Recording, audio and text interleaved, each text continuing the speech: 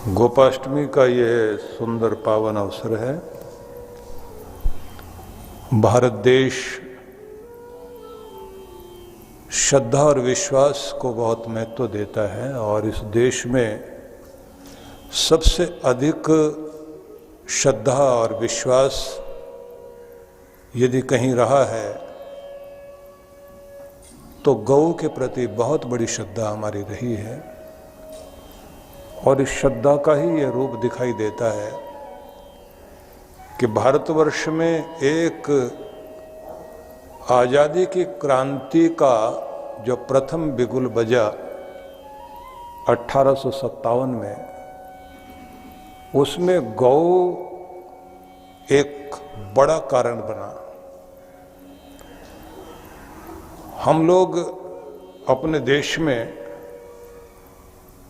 जिस संस्कृति को मानते हैं, जो राम और कृष्ण की संस्कृति है, उस संस्कृति में गौ को सबसे पहले महत्व देते हैं। गौ का संबंध हमारे जीवन से और मरण से दोनों से जुड़ा हुआ है। इसलिए धार्मिक कृत्यों में गौ पूजन से लेकर गौदान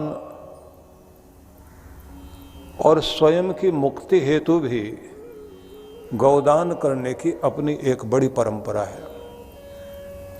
माना जाता है कि वैतरणी पार करने के लिए भी व्यक्ति को गौ का सहारा लेना पड़ता है। हमारे यहाँ इतना वेदों में नाम है, उपहोता इह गाव उपहोता अजावय अथो अन्नस्य कीलाल उपहोता गृहेषु नो। हमारे घर में दूध देने वाली गौवें हों और जिनसे हमें दूध भी और जिनसे हमें ऊन मिलती है, ऐसी बकरी और भेड़ें भी हों, अन्न के ढेर हों, समृद्धि रहे, इस तरह की प्रार्थनाएं हैं। और यहाँ तक भी कहा है कि राजा ये घोषणा करता है, यदि नो गाम हंति यद्यश्वम यदि पुरुषम तंत्वा शीशेन विद्यामो। यदि कोई हमारी गाय को, घोड़े को, पुरुषों को किसी भी जन धन की हानि करता है तो ऐसे शत्रु के प्रति हम तेज हथियार, शीशे के हथियारों से उसको दंड दें, यहाँ तक कि मृत्यु दंड भी देना पड़े। तो इतनी कठोर बात राजाओं की उद्घोषणाएं कही गई है। आप सोचिए गौ को कितना महत्व दिया गया। इसे एक शब्द के साथ बोला जाता अग्न्या, जो अवध्य है। और गौ के प्रति इतनी बड़ी मान्यता रही कि जिन आक्रांताओं ने भारत पर हमला किया, जब वो पकड़े गए और उन्हें जैसे विदेशी लोग करते रहे हैं कि कोई भी पकड़ा जाए हमला करने वाला तो तुरंत उसकी गर्दन काट देते हैं वे लोग। लेकिन वे भारतीयों की कमजोरी जानते थे कि यहाँ अगर कोई व्यक्ति ये बोल दे कि मैं आपकी गौ हूं तो उसे माफ कर दिया जाएगा। तो ऐसे आक्रांता जो बड़ी बड़ी फौजें लेकर के भारत पर आक्रमण करने के लिए आए, तो उनमें शाहबुद्दीन गौरी से लेकर के अन्य सब लोग जो हराए गए, पकड़े गए, तो दांतों में तिनका दबाकर घुटनों के बल खड़े होकर गौ का रूप बनाकर खड़े हो गए और ये कहा कि मैं तो आपकी काली गौ हूँ, कृष्णा गौ हूँ, आप मुझे नहीं मार सकते। आप लोग जो है गौ को बहुत मान देते हैं। और ऐसा कह कर के उन्होंने जो है क्षमा याचना की कि हम फिर कभी इधर आएंगे भी नहीं, हमें माफ़ कर दिया जाए। और हमारे राजाओं ने उनको माफ़ कर दिया। तो इससे ये पता लगता है कि हमारे यहाँ गौ का नाम लेने से भी हम लोग किसी को क्षमा कर सकते हैं। इतनी बड़ी उदारता हमारे देश में रही है। ये भी हम लोग जानते हैं कि चाहे रघुवंश या रघुकुल की बात हम करते हैं तो वहाँ पर भी ये सीधा वर्णन आता है कि किस प्रकार से राजा दिलीप ने गौ सेवा करते हुए कितना बड़ा वरदान पाया। और इसी प्रकार से हम लोग कृष्ण भगवान के स्वरूप को जब पूजन करते हैं तो उनका एक रूप गोपाल वाला रूप है। और जब भी कोई किसी से ये पूछता है कि आपके बच्चे वगैरह ठीक हैं तो लोग बोलते हैं बाल गोपाल सब ठीक है ना। कृष्ण का एक रूप हम लोग जो है बाल रूप देखते हैं, अपने घर के छोटे बच्चे में भी कृष्ण का रूप देखते हैं, लेकिन साथ में उसे गोपाल भी बोलते हैं। छोटा सा गोपाल जो है घर में जब रखते हैं तो उसे बोलते हैं लड्डू गोपाल, जिसके हाथ में लड्डू है। और श्री कृष्ण स्वयं जब ये कहते हैं गवाम मध्य वसाम्य हम, कि मैं गवों के मध्य रहता हूं, मतलब तुम मुझे पूजना चाहते हो, पाना चाहते हो, मेरा आशीष लेना चाहते हो तो गौओं के मध्य में तुम मुझे बसा हुआ महसूस करो, क्योंकि जहाँ गौएं हैं वहाँ मेरा आशीर्वाद है। तो गौ, गंगा, गायत्री, गुरु और गीता ये हमारे देश की सबसे अधिक पूजनीय वस्तु मानी गई हैं, पूजनीय चीज़ें मानी गई हैं। और जब हम लोग पुराने इतिहास की तरफ ध्यान देते हैं तो अति प्राचीन से लेकर अर्वाचीन इतिहास तक गौओं का बहुत बहुत बड़ा महत्व हमें दिखाई देता है। यहाँ तक के कहा जाता है कि सिकंदर भारत में आया तो उसके गुरु ने, अरस्तु ने उसे कहा था कि भारत में जाओगे तो वहाँ से मुझे 7 चीज़ें लेकर के आना। तो भारत की मिट्टी भी लाने के लिए कहा था, गंगा लाने के लिए कहा था, गौ लाने के लिए कहा था, गुरु लाने के लिए कहा था। तो आप समझ सकते हैं कि कितना बड़ा महत्व गौ का रहा है। और इस बात को भी समझें कि जब हमारे यहाँ अग्नाशन की बात आती है कि किसी भी व्यक्ति ने अगर कोई गलती कर दी है तो उस पाप के प्रायश्चित को करना चाहता है व्यक्ति, तो उसे क्या करना चाहिए, तो उसमें जहाँ गंगा में डुबकी लगाए, गायत्री का पाठ करे, गुरु के शरण में रहे, तो साथ में कहा गया गौओं के मध्य रह करके उसे तप करना चाहिए। अनेक अनेक तरह की चीज़ें कही गई है जहाँ पर यह बताया गया है कि जब आपसे घोर पाप हो जाए तो आपको क्या क्या चीज़ें करनी चाहिए। तो उसमें गोचर भूमि, और गोचर भूमि से भी अधिक कहा गया है गोचर्म भूमि व्यक्ति को दान करनी चाहिए, जिसका मतलब माना गया है कि जितनी भूमि में एक बैल घूम कर आए उतनी भूमि, और जिसमें 1000 गौएं खड़ी हो सकें इतनी भूमि उसे जो है सेवा कार्यों के लिए प्रदान करनी चाहिए। और तरत संबंधी धावती मंत्रों का पाठ करते हुए अपना शुद्धिकरण करना चाहिए, तप करना चाहिए, प्रायश्चित करना चाहिए। इस तरह की चीज़ें बताई गई हैं। मतलब हर चीज़ में गौ को महत्व दिया गया है। और आप देखें तो गांव में अभी भी जब कोई भी पवित्र कार्य किया जाता है तो जब भूमि का लेपन करते हैं तो भूमि लेपन करने के लिए गौ के गोबर का लेपन करते हैं। और वो गौवें भी वो वाली गौवें जो चरने वाली गौवें हैं।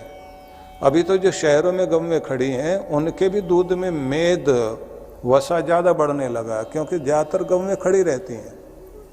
पहले जो है गोचर भूमि दान करना, तालाब बनवाना, कुआं बनवाना, बावड़ी बनवाना, प्याऊ लगवाना, धर्मशाला बनवाना, मंदिर बनवाना, पुस्तकालय बनवाना, इसे सबसे ज़्यादा पवित्र कार्य समझा जाता था। गौदान करना, गौशाला बनवाना, गौओं के लिए चारा डालना। और ज्योतिष शास्त्र के अनुसार तो ये कहा गया है कि यदि आपके ग्रह नक्षत्र आदि किसी भी प्रकार की ऐसी कोई भी वक्र दृष्टि चल रही है जिसके द्वारा आपके ऊपर कोई भी किसी प्रकार की आपत्ति और दुखद स्थितियां चल रही हैं तो गौ सेवा करनी चाहिए। उसमें भी बताया गया है कि कब कब कौन से दिन आप जो है किस तरह से गौ सेवा करेंगे, किस दिन हरा चारा खिलाएंगे, किस दिन उसको पीली दाल खिलाएंगे, किस दिन आपने गुड़ खिलाना। इस तरह की सारी चीज़ें बताई गई है कि किससे कौन सा ग्रह और कौन से देवता कैसे प्रसन्न होते हैं। ये भी हम लोग सभी लोग सुनते हैं कि 33 करोड़ देवताओं का वास गौ में है, लेकिन सबसे एक महत्वपूर्ण बात आप देखते हैं कि जो भारतीय नस्ल की गौ में है उनकी जो ककुद जो ऊपर जो है कुबड़ जैसा बना हुआ होता है वो एक तरह का शिवलिंग ही माना जाता है, लेकिन उसका सीधा संबंध सूर्य से रहता है, क्योंकि उसमें जो सूर्य नाड़ी उसके साथ जुड़ी भी और गौ की रीढ़ से उसका संबंध होता है और उधर सूर्य से संबंध होता है। इसलिए गौवें जो हैं भारतीय नस्ल की जितनी भी गौवें हैं वो सारा दिन धूप में रहें उन्हें कोई दिक्कत नहीं होती।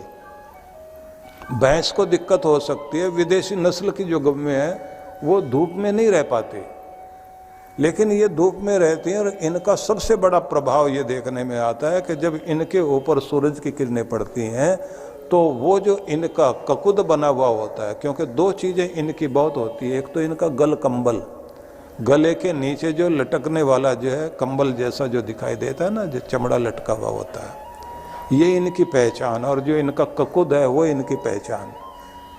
तो ये विदेशी गौओं के गले के नीचे गल कंबल नहीं होता, और उनकी जो है ऊपर जो ये शिवलिंग जिसको मैंने कहा है ये शिवलिंग जैसा आकार विदेशी गौओं का नहीं होता, ये उनमें दोनों में अंतर है। कमाल की बात यह है कि जो ये हमारी गऊ हैं जिनके ककुद बना हुआ होता है तो सूरज से सीधा संबंध होने के कारण इनके दूध में पीलापन होता है, और वो जो पीलापन है उसी को आप गोल्ड पार्टिकल्स वगैरह के रूप में जो माना गया है कि इनके दूध में जो है सोने का प्रभाव होता है। तो ये बात बिल्कुल सही है। मजे की बात तो ये है कि भारत के अंदर जो है जो पशुपालन किया जाता है उसमें से आर्थिक अवस्था हमारे देश की 30% तो गौ पर निर्भर करती है। धीरे धीरे हमारा जो है गौओं का की कटाई ज़्यादा होने के कारण जो है गौवंश कम हो रहा है, क्योंकि गांव में भी ट्रैक्टर आ गए हैं। एक गौ से अनेक अनेक गौ और उसके बछड़े पैदा होते हैं, ट्रैक्टर से तो कोई पैदा होने वाला नहीं, बल्कि जमीन और खराब करता है। हमारे यहाँ ये माना जाता है कि भैंस का दूध वो चर्बी बढ़ाता है, मेद बढ़ाता है, साथ में आलस्य देता है, बुद्धि को मंद करता है, लेकिन 53% जो है दूध भारत में भैंस का पिया जाता है और 43% जो है गौ का पिया जाता है। पर आपको बहुत आश्चर्य लगेगा कि दोनों के दूध में अंतर क्यों है और क्यों इस गौ के दूध को बुद्धिवर्धक माना गया है और सुपाच्य माना गया है। तो इसमें भी एक बहुत ही आश्चर्यजनक बात है। भैंस को जब वो चरने के लिए छोड़ दिया जाए, खेत में मैदान में घास खाने के लिए जाए, तो कभी उसको घास खाते हुए देखना, बकरी को और गऊ को घास खाते हुए देखना। भैंस जब दूब घास को खाती है तो उसको दांतों से पकड़कर जड़ से उखाड़ के खाती है, तो उसी के साथ में मिट्टी भी भैंस के मुंह में चली जाती है। लेकिन जब गऊ घास को खाती है तो वो जड़ उखाड़ कर नहीं खाती, गऊ जो है उसके कौपले कुतर के खाती है। बकरी भी जो है पत्ते कुतर करके लेती है, जिसका मतलब ये है कि उसके पास जो है औषधीय गुण उसके अंदर जाते हैं। और जो गौवें आप देखते हैं जो पहाड़ों में भी चढ़ने वाली होती हैं, थोड़े छोटे कद की होती हैं, तो वो एकदम ऊंचाई पर चढ़ करके खाती हैं वहाँ पर, और वो तरह तरह की ऐसी जड़ी बूटियाँ खाती हैं कि उनके दूध में भी औषधीय गुण होते हैं जो व्यक्ति के अनेक तरह के रोग को दूर करने वाले। हमारे ग्रंथों में यहाँ तक लिखा हुआ है कि कौन सी गौ से आपको किस तरह से लाभ हो सकता है।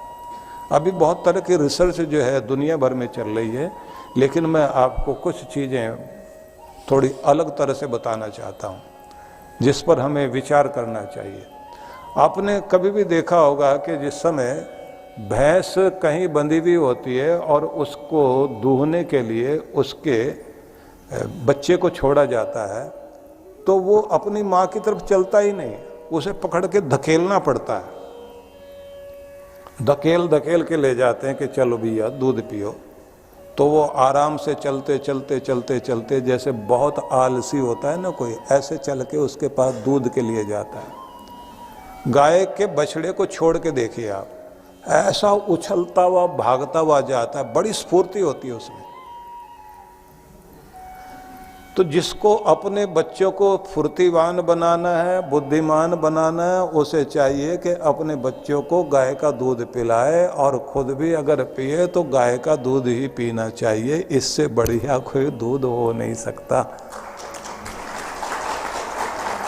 और आपको बहुत सारी विशेषताएं हैं, लेकिन मैं थोड़ा सा अलग ढंग से भी बात करना चाहता हूं कि इस समय पूरी दुनिया भर में एक बहुत बड़ी समस्या चल रही है कि ग्लोबल वार्मिंग पर अनेक देश जो है गोष्ठियां कर रहे हैं, और इस बात के ऊपर भी बड़ा विचार चल रहा है कि पर्यावरण को सुरक्षित रखने के लिए सबको जो है ग्लोबल वार्मिंग पर ध्यान देना चाहिए, क्योंकि वार्मिंग वाली जो समस्या है कि वो बहुत बड़ी हो गई है। पहले से कुछ परसेंट तापमान जो है, शायद 2 या 3% तापमान जो है वो धरती का बढ़ा है। आप लोग सोचेंगे कि ये थोड़ा सा तापमान बढ़ने से होता क्या है, तो जितने भी पहाड़ों के अंदर ग्लेशियर हैं, जहाँ पर जो है बर्फ़ पड़ी हुई है, वो बर्फ़ पिघलने लग जाती है, और उसका परिणाम ये होता है कि आपके पहाड़ तो खराब हो ही रहे हैं, साथ में नदियों में बाढ़ आती है, तो कहीं बाढ़ ज़्यादा है और कहीं सूखा ज़्यादा। और तीसरी बात ये होती है कि जो ऐसे नगर समुद्र के किनारे बसे हुए हैं, उनके अंदर डूबने जैसी स्थितियां पैदा हो गई। ऐसे अनेक देशों में ये समस्या बढ़ती जा रही है, और आने वाले समय में ये समस्या और ज़्यादा बहुत बढ़ेगी। इसका परिणाम ये हो रहा है कि हमारा मौसम भी बिगड़ रहा है, और ग्लोबल वार्मिंग के कारण भी मौसम बिगड़ रहा है। तो अब इस पर जो है बहुत दुनिया भर में विचार हो रहा है कि ग्लोबल वार्मिंग जो है वो अपने आप में एक बहुत बड़ी समस्या हो गई, और इसका एक कारण माना जा रहा है मीथेन गैस का होना। मीथेन गैस और कार्बन डाइऑक्साइड गैस के उत्पन्न होने से, और जितना भी ये जो इंजन और ये गाड़ियाँ और मोटर वाहन चलते हैं, इससे भी, और जितने हमारे रेफ्रिजरेटर वगैरह, जो हमारे फ्रिज वगैरह हैं, ये एसी चलते हैं, इनसे भी जो गर्मी इस समय उत्पन्न हो रही है, उसका परिणाम ये हो रहा है। आप लोग देख रहे हैं गर्मी में गर्मी ज़्यादा हो रही है, सर्दियों में सर्दी ज़्यादा हो रही है, बरसातों में बरसात ज़्यादा हो रही है, और असमय हो रही है। जो मौसम बरसात का नहीं है उसमें बरसात हो रही है। अभी आप लोग देख रहे हैं चेन्नई जो है, मद्रास पानी में डूबा हुआ, और आज ये भी थोड़ी देर पहले मेरे पास फ़ोन आया, वहाँ के लोगों ने कहा कि भारी तूफान आया हुआ, हम लोग बहुत घबराए बैठे हुए, आप आशीर्वाद करो। मतलब आदमी को घबराहट है, तो आप समझ सकते हैं कि ये इतना मौसम क्यों बिगड़ा। जहाँ हम वेदों में पाठ करते हैं निकामे निकामे नए पर्जन्यो अभिवर्षतु, जब जब हम कामना करें भगवान तब तब जल की वर्षा हो, असमय में वर्षा ना हो, वृष्टि जो है वो ठीक समय पर होती रहे। तो ये इतना क्यों बिगड़ रहा है, तो इस पर जो विचार किया जा रहा है, तो वो कह रहे हैं कि ये जो मीथेन गैस वगैरह पैदा हो रही है, इसके कारण ये हो रहा है। तो उसको ये कहते हैं ये पशुओं से पैदा हो रही है। तो पशुओं के ज़्यादा होने के कारण ऐसा हो रहा है।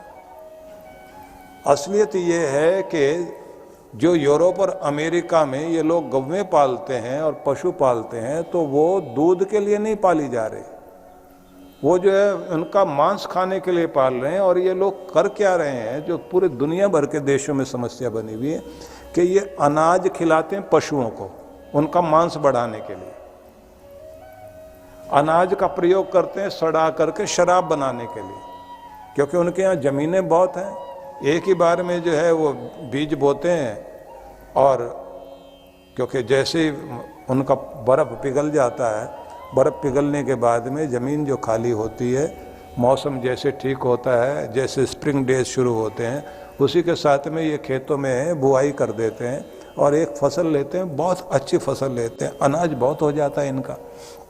और उस अनाज से ये लोग क्या करते हैं, शराब बनाएंगे, और मीट को बढ़ाने के लिए गाय को और दूसरे पशुओं को उनको अनाज खिलाते हैं। और उससे जो कुछ हो रहा है उसका परिणाम ये हो रहा है कि मीथेन गैस ज़्यादा उत्पन्न हो रही है। भारत में व्यवस्था अलग है।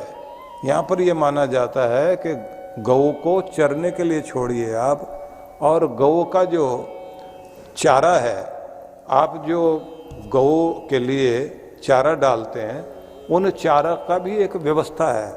ऊपर के गेहूं के डंठल तो आप खुद प्रयोग करते हैं, उसमें से गेहूं निकल आते हैं, और जो नीचे वाला जो है, ऊपर वाली बालियां आपने यूज कर ली, नीचे का जितना भी भाग है वो सारे डंठल से लेकर के ऊपर तक का भाग जिसमें से भूसा बनाया जाता है, वो सब गऊओं के काम आते हैं, पशुओं के काम आते हैं। और जो जड़ें हैं वो सड़ा करके खेत में खाद के काम आती है। उससे क्या होता है कि हमारी ज़मीन जो है उपजाऊ होती है, और ज़मीन उपजाऊ होती है तो उसका परिणाम ये होता है कि अच्छी फसल तो होती है, लेकिन साथ में जो हमें तरह तरह के केमिकल डाल करके हम अपने अनाज को जहरीला बना रहे हैं। जो अगर आप गांव में जा कर के अभी देखें तो दुकानें जगह जगह खुल गई हैं जिनके अंदर इस तरह के कीटनाशक बिकते हैं किसानों के लिए, कि ये वाला कीड़ा पैदा हो गया तो ये वाली दवाई छिड़किए, ये कीड़ा पैदा हो रहा तो ये दवाई छिड़किए, और वो सारा जहर छिड़का जाता है उन कीड़ों को मारने के लिए। और अब ये कहा जा रहा है कि ऐसे ऐसे कीड़े अब आज की तारीख में पैदा हो गए हैं जो भयंकर जहर से भी मर नहीं रहे, तरह तरह के कीड़े पैदा हो रहे हैं, और वो सारा का सारा जितना भी छिड़काव किया जाता है वो फसलों के ऊपर किया जाता है। उसका परिणाम क्या होता है कि वही जहर आपके भोजन में जा रहा है। माँ जब अपने बच्चे को दूध पिलाती है तो भगवान ने ऐसी व्यवस्था की है कि सारा उसके अंदर का दोष जो होता है, जहर, वो ख़त्म कर देती है। लेकिन अब जो है डॉक्टर्स ये कहने लगे और आज की रिसर्च कहने लगी है, तो अब तो माँ के दूध में भी जहर का असर जा रहा है। प्रकृति को फेल करके व्यवस्था ऐसी हो गई, और जिसके कारण जो है चमड़ी के रोग, कैंसर वगैरह के रोग, और दमा, और ये आपका लीवर गड़बड़ हो रहा है, कहीं किडनी गड़बड़ हो रही है, तो इतनी बीमारियां क्यों पैदा हो रही है। इसलिए आप ये समझ लीजिए कि अगर फिर से हमें अपने आप को बचाना चाहते हैं तो अपनी गौओं को हमें बचाना चाहिए, अपनी कृषि को बचाना चाहिए, और हमें फिर से वही जो ऋषियों की परंपरा थी उसी तरह से उसी परंपरा को वापस लाना चाहिए। तब जाकर के दुनिया जीवित रह सकती है और सुरक्षित रह सकती है। इसलिए आज की तारीख में नए ढंग से काम करने की आवश्यकता है। और आश्चर्यजनक बात यह है कि धरती पर मांसाहार जो है, ये जितना जितना इसका प्रचार हो रहा है, आप लोग देखते थे ना कि पहले टीवी के ऊपर कोई भी मांस के बनी हुई चीजें नहीं दिखाई जाती थी, मांस बिकता हुआ नहीं दिखाया जाता था। आजकल ये सब शुरू हो गया और बड़े विचित्र तरीके से दिखाया जा रहा है। शराब दिखाई जा रही है दुनिया भर में। अगर हम लोग चाहते हैं कि फिर से ग्लोबल वार्मिंग को हम बचाना चाहते हैं, उससे पर्यावरण को सुरक्षित करना चाहते हैं, तो एक तो शाकाहार को महत्व देना होगा। दूसरा जो है, जो वनों की कटाई हो रही है, तो वनों की कटाई से बचने के लिए हमें गौ काष्ठ पर ध्यान देना चाहिए। गौ के गोबर की लकड़ियां बन जाती हैं, उपले बन जाते हैं। अब तो दिए बन रहे हैं गौ के गोबर से, इतने सारे मिट्टी के दिए बने या गोबर के दिए बने, और हम लोग भी इस कोशिश में लगे हुए हैं कि इस तरह से कोई 32-33 जड़ी बूटियां डाल करके, जो सामग्री वाली होती हैं, उन्हें डाल करके दिया तैयार किया जाए, और उसके ऊपर जो है हम लोग ये जो दारिद्र्य नाशक यज्ञ सामग्री होती है उसे रख करके और थोड़ा घी डाल करके अपने घर में दिया आप जलाएं, और उस दिए के साथ में वो सामग्री रखी हुई हो और वो जले, और उसके बाद आप अपने घर में देवताओं की आरती करने के साथ में सब कमरों में घुमाएं, तो आपके घर में शुद्धिकरण भी होगा, पवित्रीकरण होगा, और साथ साथ में जो है जो नेगेटिव एनर्जी है वो निकलेगी और पॉजिटिव एनर्जी आपके घर में आएगी। उस पर हम लोग काम कर रहे हैं और जल्दी कोशिश करेंगे ये चीज़ हो सके। दूसरी बात आपसे कहना चाहता हूँ कि अब बहुत ज़रूरी हो गया है, जैसे पहले पत्तल पर लोग खाना खाते थे, दक्षिण भारत में अभी भी चलता है। आप लोग देखते हैं कि वहाँ बड़े बड़े अच्छे होटलों में भी जब भोजन परोसा जाता है तो थाली के ऊपर जो है केले का पत्ता रखते हैं और उसके ऊपर भोजन परोसते हैं वो लोग। और ये भी एक आश्चर्यजनक बात है कि जब आपका भोजन या चावल या दाल जब पक जाती है तो पक जाने के बाद में उसे जो है आप धीमी आंच में, बहुत हल्की आंच में ढक कर के रख देते हैं कि जिससे जो है वो रच बस जाए, उसमें जो रस है वो अच्छी तरह से रच बस जाए। तो उसको पुरानी परंपरा के अनुसार तो उसके ऊपर जो है केले का पत्ता ढका जाता था, और उसे ढकने का परिणाम ये होता था कि वो जैसे ही आपने ढका, ढकते ही उसमें औषधीय गुण आ जाएंगे, जिससे आपके चेहरे पर निखार ज़्यादा रहेगा और आपके आयुष्य को बढ़ाने के लिए, जीवनी शक्ति बढ़ाने के लिए वो एक सहायता करता है। तो अब नए ढंग से हमें अपने जीवनचर्या जीने के लिए व्यवस्था बनाने की ज़रूरत है। इसी तरह से आप लोग देखते हैं कि जो करंज के पत्ते होते हैं, पलाश के पत्ते होते हैं, उनकी पत्तल बनती है। जो ये पहले तो होता था कि लोग जो है आजकल कुल्फी देते हैं ना, पहले बर्फ़ जो है, बर्फ़ की कुल्फी जैसी चीज़ जो है रबड़ी बना करके वो लोग जो है ढाक का, पलाश का जो पत्ता होता था उसके ऊपर रखकर बच्चों को देते थे खाने के लिए। और एक बांस की चम्मच टाइप की का टुकड़ा दिया जाता था, उसको लगा करके व्यक्ति जो है जब खाता था तो उसका स्वाद ही अलग होता था। कई जगह कुछ अलग तरह के पत्ते होते थे, जैसे आम का पत्ता, आम के पत्ते को काट करके ऐसे रखते थे कि उसी से आप जो है वो जो अपनी आइसक्रीम खा रहे हैं वो उससे खाएं। अब कुल्हड़ का भी प्रचलन होने लगा है। तो ये सब इसलिए कि जिससे जो है ये ग्लोबल वार्मिंग से बचा जा सके। दूसरी चीज़ ये है कि वनों की जो कटाई है वो रुके। और तीसरी चीज़ ये है कि अभी भी गवर्नमेंट कोशिश कर रही है कि पेपर का प्रयोग कम से कम हो। कारण क्योंकि पेपर जो बनते हैं वो भी इन्हीं लकड़ियों से बनते हैं, पेड़ों से बनते हैं। और एक समस्या और मानी जाती है कि जो इस समय व्यक्ति के अंतिम संस्कार में लकड़ी काम आती है, तो वो भी 1 से लेकर के 2-2 पेड़ तक एक व्यक्ति की अंतिम विदाई में लकड़ी काम आती है। अगर उसके बजाय हम लोग जो गो कास्ट तैयार करें, जैसे अपनी गौशाला में भी इसके लिए मशीन लाई गई है कि हम लोग जो ऐसे लकड़ियां तैयार करें और शमशान घाट में उसको भेजें लकड़ियों को, जो गौ कास्ट बने, गोबर से बनाई जाए। तो उससे कम से कम ये होगा कि एक व्यक्ति की विदाई के समय में जो ये पेड़ काटे जा रहे हैं, पेड़ों की जो लकड़ियां काम आ रही हैं, वो ना काम आ करके व्यक्ति जो है, क्योंकि जितने पेड़ रहेंगे उतने आप सुरक्षित रहेंगे। क्योंकि कहा जाता है कि अगर आपने 1 पेड़ काटा है तो उसके बदले में आपको 10 लगाने भी चाहिए। गवर्नमेंट की भी ऐसी व्यवस्था है। असल में तो काट ही नहीं सकते आप, लेकिन किसानों के लिए है कि वो इजाज़त लेकर के काटते हैं तो उसके बाद में उन्हें 10 पेड़ लगाने चाहिए। और वो 10 पेड़ लगाते हैं तो उसकी जो खाना पूर्ति हो सकती है, क्षतिपूर्ति हो सकती है। कारण क्या है कि एक पेड़ से मिलने वाली जितनी ऑक्सीजन है, आपको पूरे महीने तक अपना गुजारा करने के लिए कम से कम 2 पेड़ की ऑक्सीजन चाहिए। और हर आदमी को ये कोशिश करनी चाहिए कि पूरी ज़िंदगी में कम से कम 24 पेड़ तो वो जरूर लगाए। और अगर हम ये पेड़ लगाते हैं तो उसका परिणाम ये होगा कि एक तो हरियाली बनेगी और गोचर भूमि होनी चाहिए। तो देखा जाए तो अगर आपको सुरक्षित रखने की कोई बड़ी महत्वपूर्ण चीज़ हो सकती है तो गौ उसमें महत्वपूर्ण हो सकती है, आपकी हरियाली महत्वपूर्ण हो सकती है, आपके वन महत्वपूर्ण हो सकते हैं।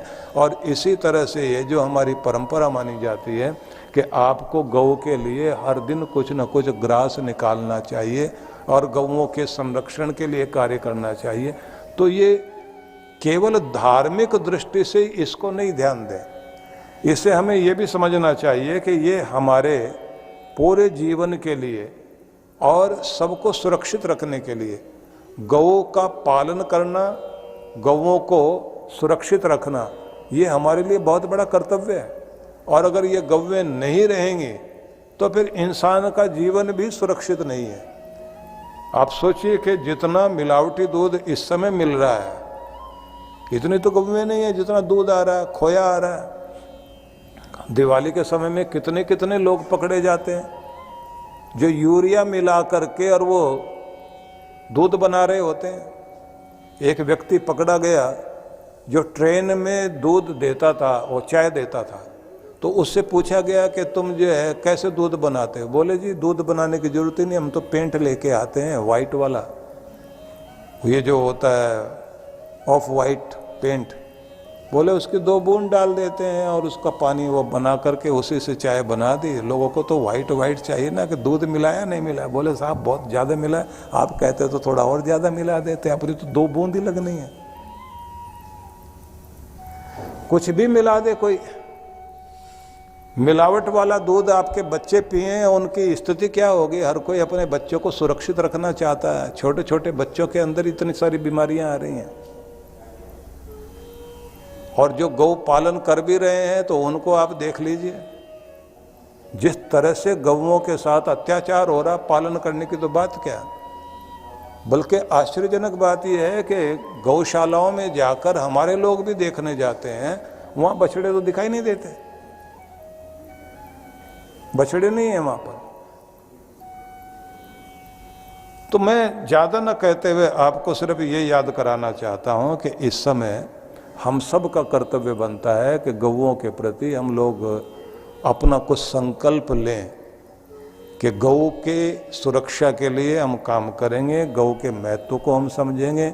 और अगर हिंदू समाज गौ को महत्व देता है तो फिर उसको जो है सिर्फ गौ माता की जय बोलने से, वो जो बोलते ना देश धर्म का नाता है, गौ हमारी माता, ऐसे बोलते हैं, नारे नारे लगाते हैं खूब जोर जोर से, देश धर्म का नाता है, गौ हमारी माता है। लेकिन उसके बाद में जो है हम ये भूल जाते हैं कि गौ माता की सेवा सुरक्षा के लिए भी कुछ करना चाहिए, नहीं करना चाहिए। कहीं पर भी उस तरह का वातावरण जहाँ गौ की सेवा का अच्छा वातावरण है, वहाँ तो आप समझ लीजिए कि उसका पूरा वातावरण इस तरह का हो जाता है जिसमें से नेगेटिव एनर्जी दूर हो जाती है। आप हमारे पूरे आश्रम में जाके देखिए, जो हमारा गौ वाला क्षेत्र है सबसे ज़्यादा ऊर्जावान क्षेत्र वो है।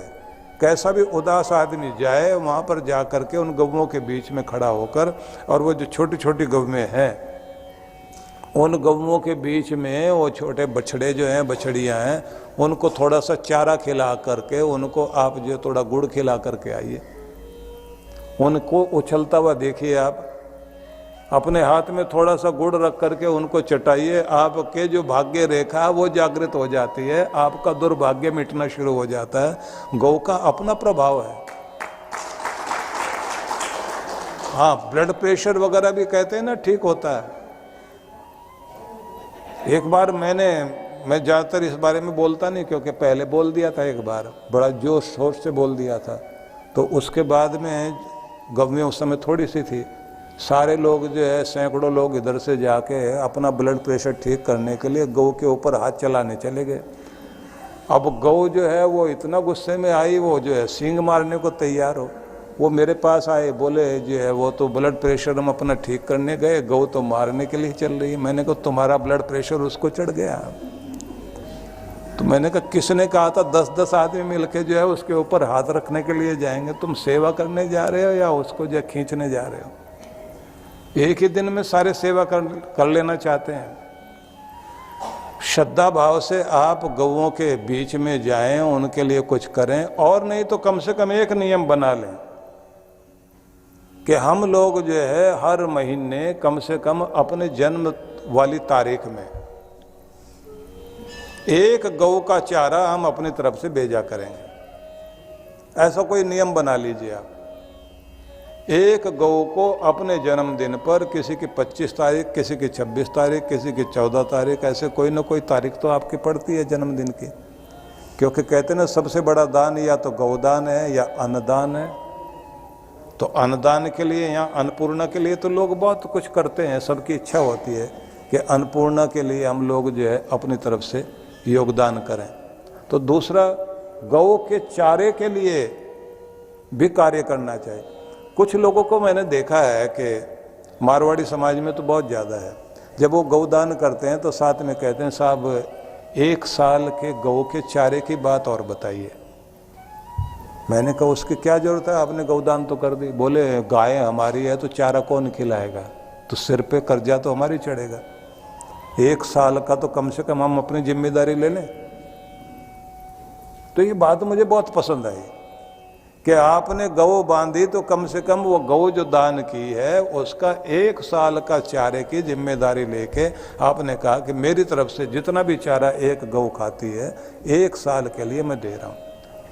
बाकी लोग ये कर सकते हैं कि अपने अपने जन्मदिन के अवसर पर गौ को, एक गौ का चारा कितना बैठता है, क्या हिसाब उसका होता है, वो लोग बता देते हैं, तो वो अपनी तरफ से नियम बना लें। दूसरा नियम होता है कि लोग अपने घरों के अंदर जो है गौ की मूर्ति रखते हैं, उसी के साथ में नीचे जो है वो पात्र होता है जिसमें हर दिन गौ माता के लिए अपनी राशि निकालते हैं। कहते हैं ना कि हर आदमी को अपना एक नियम निभाना चाहिए, और वो नियम ये होना चाहिए कि आपके प्रत्येक दिन का पहला समय भगवान को दें, आपकी कमाई का पहला भाग भगवान को दें। कमाई का पहला भाग, हर दिन के शुरुआत का पहला भाग भगवान के लिए जाना चाहिए। पहला समय मतलब प्रभात का समय। और बड़े लोग वो होते हैं जो अपने आप को, कोई गुरु को करता है, कोई भगवान को करता है, कोई अपने जो है कुल देव को करता है, अपने पार्टनर बना लेते हैं बिजनेस में। अब भगवान तो बिजनेस करने आएंगे नहीं, ना गुरुजी किसी का बिजनेस करने जाएंगे, लेकिन वो लोग ये कहते हैं कि हमारे बिजनेस में पार्टनर हमारे गुरु हैं, या हमारे भगवान हैं, या हमारे कुल देवता हैं। तो उसे बनाने के बाद वो लोग जो है उसके लिए हर महीने जो भी बचत होती है उसमें डालते रहते हैं कि पार्टनर का हिस्सा पहले दें। ये चीज़ आप हिमाचल प्रदेश में बहुत देखेंगे, वहाँ देवताओं की भूमि अलग रखी गई है, और देवताओं की भूमि को वैसा का वैसा रखते हैं। उसमें जो है कोई भी ना तो मकान बनाता और ना उस भूमि का खुद उपयोग करते, वो शुभ काम के लिए ही खर्च होता है, और ये परंपरा अब तक चली आ रही है। तो इसलिए मैं ये निवेदन करना चाहता हूँ कि ये एक अवसर है जो आप लोगों को गौ माता के लिए सोचने के लिए महत्वपूर्ण अवसर है। इस पर हमें थोड़ा सा चिंतन जरूर करना चाहिए कि हम गौ माता के लिए क्या कर सकते हैं, और हर आदमी को ये जरूर ध्यान रखना चाहिए कि जितना गौ महत्वपूर्ण है उतना ही नंदी भी महत्वपूर्ण है। नहीं तो गौशालाओं में जो है वो नंदी जो है वो नहीं दिखाई देते, 1 या 2 होते हैं, और गांव में तो वैसे भी बैल नहीं रह गए हैं, क्योंकि वहाँ भी जो है वो ट्रैक्टर चल रहे हैं। दूध के लिए गौ जरूर रखी हुई है, तो बैल जा कहाँ रहे हैं। दूसरे जो है आप लोग देखते हैं काटने के लिए कैसे ले जा रहे हैं। आपके दिल्ली तक मेवात से आते हैं ट्रक, और रात में जो है वो अपहरण करके गौओं को गौ मांस के लिए लेकर जाते हैं।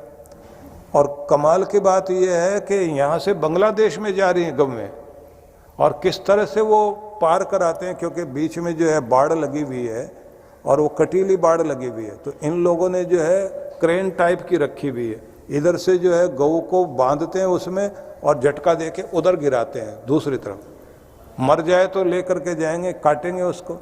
और इसका जो खुर होते हैं उसको भी कैंसर और न जाने कौन कौन सी बीमारियों से जो है वो दवाइयाँ उनके लिए तैयार की जाती, अमेरिका तक के लिए क्या क्या चीज़ें लेकर के ये लोग जाते हैं। और मैं ज़्यादा आपको बताना नहीं चाहता कि किस तरह की चीज़ें जो है आपके पिज़्ज़ा से लेकर के कौन कौन सी चीज़ों में आपकी जेली वगैरह तैयार होती है, उसमें कैप्सूल के खोल के लिए क्या क्या चीज़ें मिलाई जा रही हैं। आप अगर सुनेंगे तो उसके बाद में आपका मन ही दूसरा हो जाएगा। तो इसलिए सार में मैं सिर्फ इतना कहना चाहता हूँ कि आज संकल्प का दिन है, और संकल्प का दिन है तो हम गौ माता के लिए कुछ न कुछ जरूर सोचें।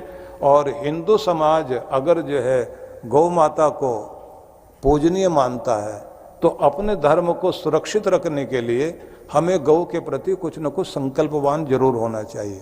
और अपनी तरफ से हम कितना क्या कर सकते हैं इसका संकल्प जरूर लेना चाहिए। और ज़्यादा से ज़्यादा कोशिश कीजिए कि अपने घरों में भी दिए अगर आप जलाते हैं, मोमबत्ती से ज़्यादा दियों का प्रयोग करें। और दियों में भी अगर हो सके तो जो ये गोबर से बनाए जाने वाले, गौ के गोबर से जो बनाए जाने वाले दिए हैं, इनका प्रयोग हमें ज़्यादा से ज़्यादा करना चाहिए। आप सबके लिए मेरी बहुत बहुत शुभकामनाएं और परमात्मा आप सबको सुखी रखे। और आज के इस पुनीत दिवस के लिए भी आप सबको बहुत बहुत बधाई।